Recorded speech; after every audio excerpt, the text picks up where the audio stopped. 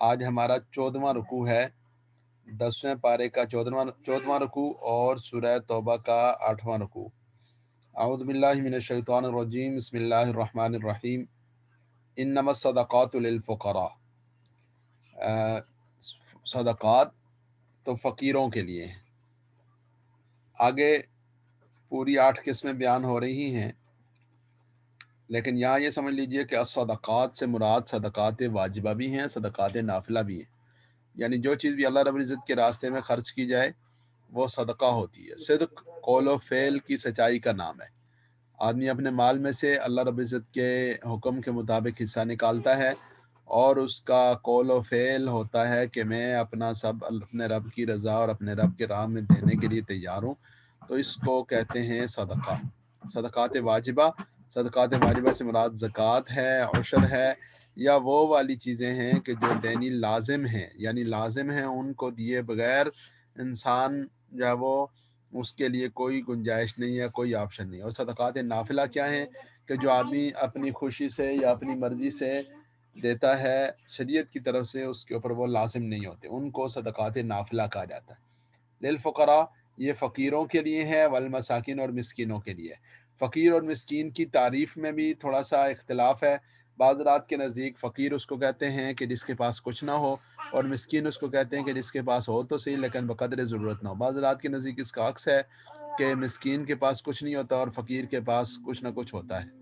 تو بہرحال فقیر اور مسکین یہ دونوں جو بات ہے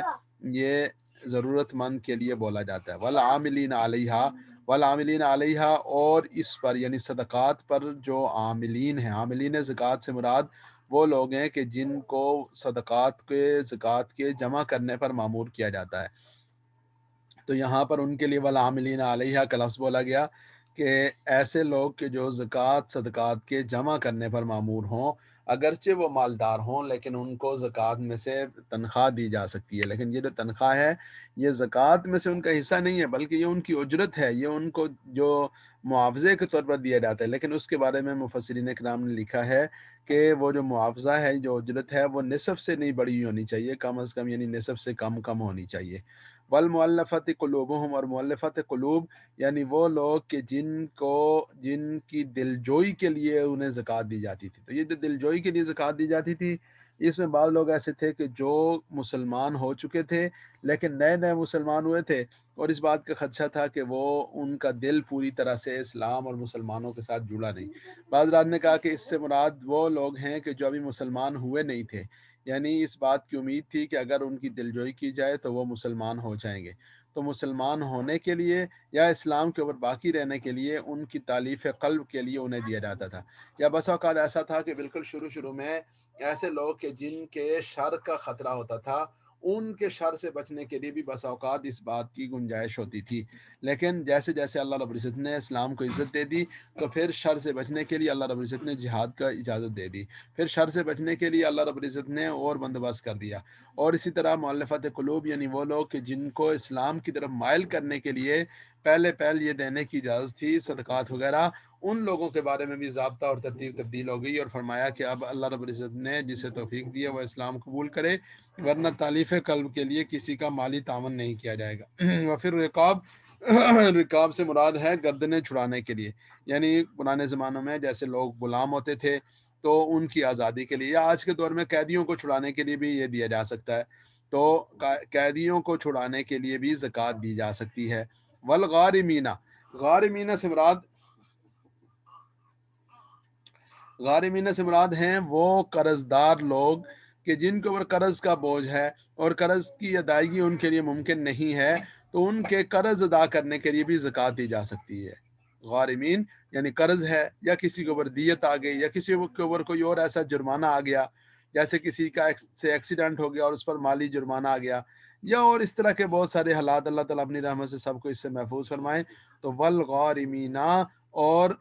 قرض داروں کو قرض سے چھڑانے کے لیے بھی زکوٰۃ دی جا سکتی ہے۔ وفی سبیل اللہ، اور اللہ کے راستے میں، فی سبیل اللہ سے مراد مجاہدین ہیں کہ جو اللہ کے راستے میں جہاد کر رہے ہوتے ہیں۔ تو اگرچہ وہ گھر میں مالدار ہیں لیکن چونکہ وہ جہاد میں اللہ رب العزت کے راستے میں نکلے ہوئے ہیں، اس لیے ان کو بھی زکوٰۃ اور صدقات میں سے دیا جا سکتا ہے۔ وابن السبیل، وابن السبیل سے مراد مسافر ہے، یعنی وہ مسافر کہ جو اگرچہ جہاد کے سفر پر نہیں ہے، کسی سفر میں نکلا ہوا ہے یا کسی جگہ پر وہ گھر سے باہر ہے، اگرچہ اس کے گھر میں بہت سارا مال و دولت ہے، لیکن مسافر ہونے کی وجہ سے اس وقت اس کے پاس وہ مال موجود نہیں ہے، تو اس کو بھی زکوٰۃ دی جا سکتی ہے۔ فریضۃ من اللہ، یہ اللہ رب العزت کی طرف سے فرض کیا گیا ہے، فریضۃ من اللہ، اللہ رب العزت کی طرف سے فرض کردہ ہے۔ واللہ علیم حکیم، اللہ رب العزت علم والے، حکمت والے ہیں۔ ومنہم الذین یؤذون النبی، اور ان میں سے بعض لوگ ایسے ہیں یؤذون النبی، جو نبی صلی اللہ علیہ وسلم کو ایذا دیتے ہیں۔ نبی صلی اللہ علیہ وسلم کو ایذا کیسے دیتے ہیں؟ مختلف قسم کے تبصرے کر کے، مختلف قسم کی باتیں کر کے، مختلف قسم کی حرکتیں کر کے۔ وَيَقُولُونَ هُوَ أُذُنٌ، اور وہ یہ کہتے ہیں کہ رسول اللہ صلی اللہ علیہ وسلم اذن، یعنی آپ، اذن کا بنیادی لفظ کا معنی ہوتا ہے کان۔ کان سے مراد یہ ہے کہ رسول اللہ صلی اللہ علیہ وسلم تو ہر بات، ہر کسی کی بات کو دھیان لگا کر سنتے ہیں، اور کوئی اچھی بات کر رہا ہے، کوئی غلط بات کر رہا ہے، کوئی جو کچھ بھی کہہ لیتا ہے، تو اللہ کے حبیب صلی اللہ علیہ وسلم اس کی بات کو سن لیتے ہیں۔ تو یہ وہ تانا دینے کے لیے، الزام دینے کے لیے، اپنے خوب سے باطن کے اظہار کے لیے یہ والی بات کرتے تھے۔ اللہ رب العزت نے ارشاد فرمایا قل، کہہ دیجئے، اذن خیر لکم، کہ آپ صلی اللہ علیہ وسلم کا لوگوں کی بات کو سن لینا یہ تو آپ کے لیے بہتر ہے۔ یعنی رسول اللہ صلی اللہ علیہ وسلم کی یہ شان تھی کہ آپ صلی اللہ علیہ وسلم ہر کسی کی بات کو سن لیتے تھے حوصلے اور ظرف کے ساتھ، اور اللہ کے حبیب صلی اللہ علیہ وسلم کسی کی نفی نہیں فرماتے تھے، کسی کی دل شکنی نہیں فرماتے تھے، کسی کو سامنے شرمندہ نہیں فرماتے تھے۔ یہ تو رسول اللہ صلی اللہ علیہ وسلم کی شان ہے، یہ آپ صلی اللہ علیہ وسلم کا ظرف تھا، اور فرمایا کہ خیر لکم، یہ تمہارے لیے بہتر ہے۔ اگر اللہ کے حبیب صلی اللہ علیہ وسلم لوگوں کی بات سن کر آگے سے اس کا ریئیکشن دیتے، ناراضگی کا اظہار کرتے، ناگواری کا اظہار کرتے، تو اس کی وجہ سے اللہ رب العزت کا عذاب نازل ہو جاتا۔ جیسے فرمایا قل اذن خیر لکم، یہ رسول اللہ صلی اللہ علیہ وسلم کا ہر کسی کی بات کو سن لینا اور برداشت کر لینا یہ تو تمہارے لیے بہتر ہے۔ یؤمن باللہ ویؤمن للمؤمنین ورحمۃ للذین آمنوا منکم، جو لوگ اللہ پر ایمان لاتے ہیں، یعنی یؤمن باللہ ویؤمن للمؤمنین ورحمۃ للذین آمنوا منکم، کہ رسول اللہ صلی اللہ علیہ وسلم تم لوگوں کے لیے، آپ صلی اللہ علیہ وسلم کا یہ جو انداز ہے، اور یہ جو آپ صلی اللہ علیہ وسلم کا جو ہے وہ جو شفقت والی ترتیب ہے کہ آپ صلی اللہ علیہ وسلم اپنی جو ہے وہ لوگوں کی بات کو توجہ اور دھیان کے ساتھ سن لیتے ہیں، تو یہ بہتر ہے۔ اور فرمایا کہ یؤمن باللہ، جو شخص اللہ پر ایمان رکھتا ہے، اور ویؤمن للمؤمنین، اور یعنی رسول اللہ صلی اللہ علیہ وسلم کے بارے میں فرمایا جا رہا ہے کہ آپ صلی اللہ علیہ وسلم مسلمانوں کی بات کا یقین فرما لیتے ہیں۔ ورحمۃ للذین آمنوا منکم، اور رحمت ہے ایمان والوں کے لیے تم میں سے، یعنی رسول اللہ صلی اللہ علیہ وسلم کی شان یہ بیان ہو رہی ہے کہ اللہ کے نبی صلی اللہ علیہ وسلم اذن، کل کہہ دیجئے، اذن آپ صلی اللہ علیہ وسلم کا دھیان سے بات کو سن لینا، خیر لکم، یہ تمہارے لیے بہتر ہے۔ یؤمن باللہ، اللہ کے حبیب صلی اللہ علیہ وسلم کا تو یقین اللہ پر ہے، اور دوسرے نمبر میں فرمایا وَيُؤْمِنُ لِلْمُؤْمِنِينَ، اور اللہ کے حبیب صلی اللہ علیہ وسلم ایمان والوں کا یقین فرما لیتے ہیں، اور تیسرے نمبر میں فرمایا وَرَحْمَةٌ لِّلَّذِينَ آمَنُوا مِنْكُمْ، اور آپ صلی اللہ علیہ وسلم رحمت ہے ان لوگوں کے لیے جو تم میں سے ایمان لائے۔ وَالَّذِينَ يُؤْذُونَ رَسُولَ اللَّهِ لَهُمْ عَذَابٌ أَلِيمٌ، وہ لوگ کہ جو رسول اللہ صلی اللہ علیہ وسلم کو ایذا دیتے ہیں ان کے لیے دردناک عذاب ہے۔ تو ایذا دینے کا جو انداز بھی کسی نے اختیار کیا، وہ انداز اس کے لیے ہلاکت و بربادی والی بات ہے۔ اور پھر فرمایا کہ یہ جو یہاں پر یہ جو بات فرمائی نا کہ یؤمن باللہ، اس کا مطلب کیا ہے کہ اللہ کے حبیب صلی اللہ علیہ وسلم تمہاری بات تو سن لیتے ہیں، لیکن وہ ایمان کس پر رکھتے ہیں؟ اللہ کی طرف سے جو وحی آتی ہے، یعنی اصل بات تو رسول اللہ صلی اللہ علیہ وسلم کو وحی کے ذریعے سے معلوم ہو جاتی ہے، اور ایمان اور یقین تو آپ صلی اللہ علیہ وسلم اس پر کر لیتے ہیں، اور تمہاری بات کو صرف سن لیتے ہیں۔ اور پھر دوسرے نمبر پر یہ ہے کہ منافقین یا کفار کی بات پر یقین نہیں رکھتے، بلکہ ایمان والوں کی بات کو اللہ کے حبیب صلی اللہ علیہ وسلم تسلیم فرماتے۔ یحلفون باللہ لکم لیرضوکم، یحلفون باللہ لکم، وہ کیا کرتے ہیں؟ قسمیں کھاتے ہیں اللہ رب العزت کی، لکم تمہارے آگے، لیرضوکم تاکہ تمہیں راضی کر لیں، واللہ ورسولہ حق ان یرضوہ، اللہ اور اس کے رسول صلی اللہ علیہ وسلم وہ زیادہ حقدار ہیں کہ ان کو راضی کیا جائے، ان کانوا مؤمنین، اگر وہ ایمان رکھتے ہیں۔ یعنی یہ جو اگر ایمان رکھتے ہیں تو پھر وہ منافقین نہیں ہیں، جھوٹ موٹ کے مومن نہیں ہیں، تو پھر انہیں اللہ اور اس کے رسول صلی اللہ علیہ وسلم کو راضی رکھنے کی زیادہ فکر کرنی چاہیے۔ تو کہا یحلفون باللہ لکم لیرضوکم، وہ تمہارے لیے قسمیں کھاتے ہیں تاکہ تمہیں راضی کر دیں، واللہ ورسولہ حق ان یرضوہ، اللہ اور اس کے رسول صلی اللہ علیہ وسلم زیادہ حقدار ہیں ان کو راضی کیا جائے، ان کانوا مؤمنین، اگر وہ مومن ہیں، علم یعلموا، کیا وہ نہیں جانتے، انہ من یحادد اللہ ورسولہ، کہ جو شخص اللہ اور اس کے رسول صلی اللہ علیہ وسلم کا مقابلہ کرے، یحاد جو ہے وہ مقابلہ کرے، ان کے سامنے آئے اللہ اور اس کے رسول صلی اللہ علیہ وسلم کا، فإن له نار جہنم خالدا فیہا، اس کے لیے جہنم کی آگ ہے، خالدا فیہا، وہ اس میں ہمیشہ ہمیشہ رہے گا، ذالک الخزي العظیم، یہ بڑی رسوائی ہے، علم یعلموا، کیا وہ نہیں جانتے، انہ من یحادد اللہ ورسولہ، جو کوئی اللہ اور اس کے رسول صلی اللہ علیہ وسلم کا مقابلہ کرے، فإن له نار جہنم، تو بس بے شک اس کے لیے جہنم کی آگ ہے، خالدا فیہا، وہ ہمیشہ ہمیشہ وہاں رہے گا، ذالک الخزي العظیم، یہ بڑی رسوائی ہے، یحذر المنافقون،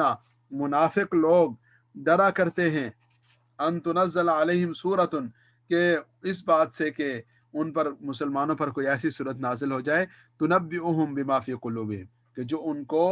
آگاہ کر دے، بتا دے، بما فی قلوبہم، جو ان کے دلوں میں ہے، قل استہزئوا، کہہ دیجئے کہ یہ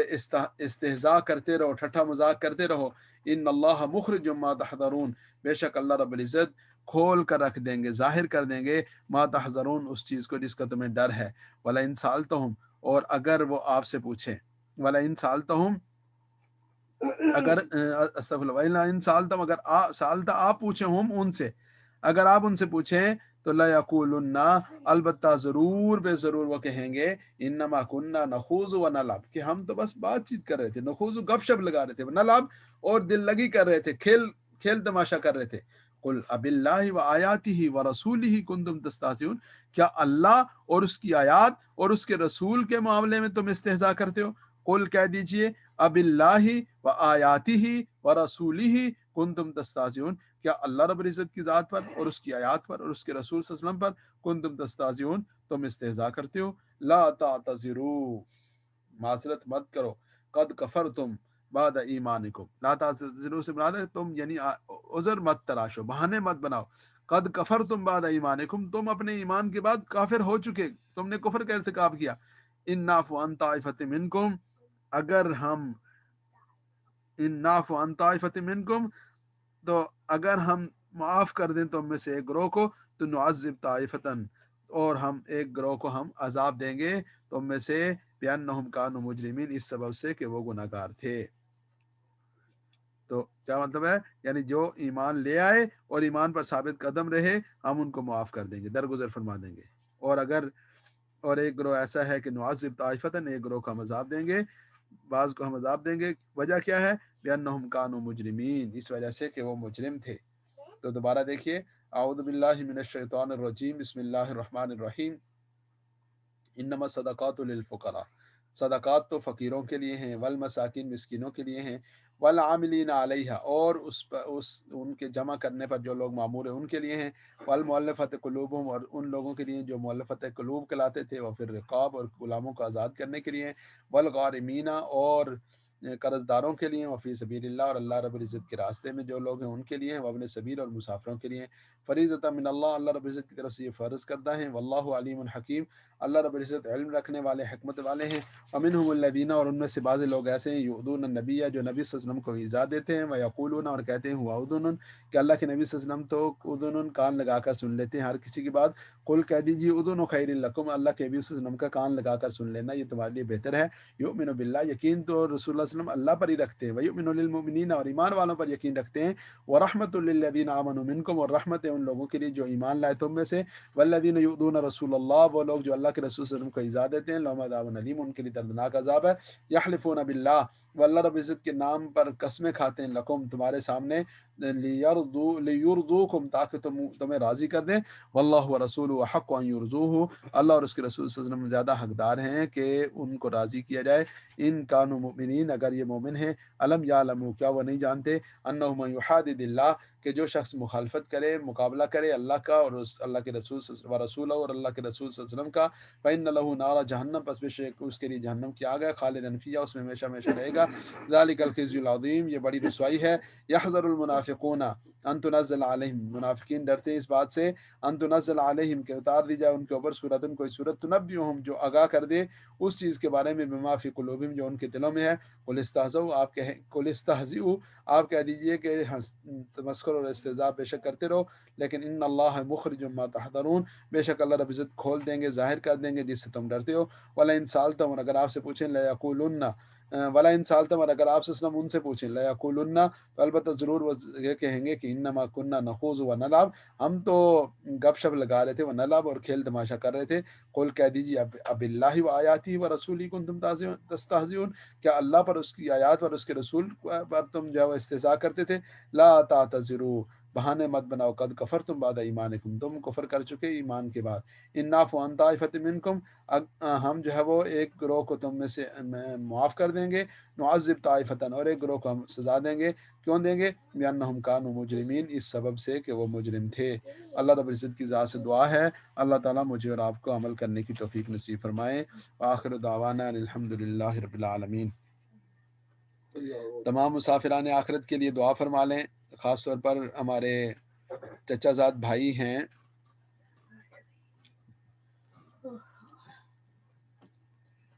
جوان تھے، اللہ تعالیٰ کو پیارے ہو گئے، ابھی تھوڑی دیر پہلے اطلاع آئی ہے، ہم سے چھوٹے تھے عمر میں، اور ابھی شادی بھی نہیں ہوئی تھی، بالکل ہی جوان تھے، تو کچھ عرصے سے ان کو کوئی مرگی ٹائپ کی کوئی دورے وغیرہ پڑتے تھے، تو آج دن کو، کل ہی ہم ان کے گھر گئے، مل کر آئے، تو آج دن کو انہیں 2 بجے بے ہوش ہوئے سنا، اور ابھی ان کا انتقال ہو گیا، تو دعا فرمائے کہ اللہ تعالیٰ ان کی بخشش اور مغفرت فرمائے، اور دیگر تمام مسافران آخرت کو اللہ تعالیٰ اپنے جوار رحمت میں جگہ نصیب فرما دے، آمین، اللہم صلی علی محمد النبی الامی وعلی آلہ واصحابہ وسلم تسلیما کثیرا کثیرا۔ یا اللہ ہم سب کے حال پر اپنا خصوصی رحم و کرم فرما دے، اے اللہ جتنے ایمان والے دنیا سے رخصت ہوئے سب کی بخشش اور مغفرت فرما دے، اے اللہ خاص طور پر بشارت سمیت جتنے ایمان والے دنیا سے چلے گئے، اے اللہ سب کی بخشش اور مغفرت فرما دے، سب کے لیے آخرت کی تمام گھاٹیاں منازل آسان فرما دے، اے اللہ سب بیماروں کو شفائے کاملہ عاجلہ نصیب فرما دے، اے اللہ ہم سب کو دنیا اور آخرت کی عافیت نصیب فرما دے، اے اللہ اچانک کی اور حادثات کی موت سے ہم سب کو محفوظ فرما دے، اے اللہ ہم سب کو حسن خاتمہ نصیب فرمانا، رحمت اور کرم والا معاملہ فرمانا، سبحان ربک رب العزت عما یصفون وسلام علی المرسلین والحمد للہ رب العالمین برحمتک یا ارحم الراحمین۔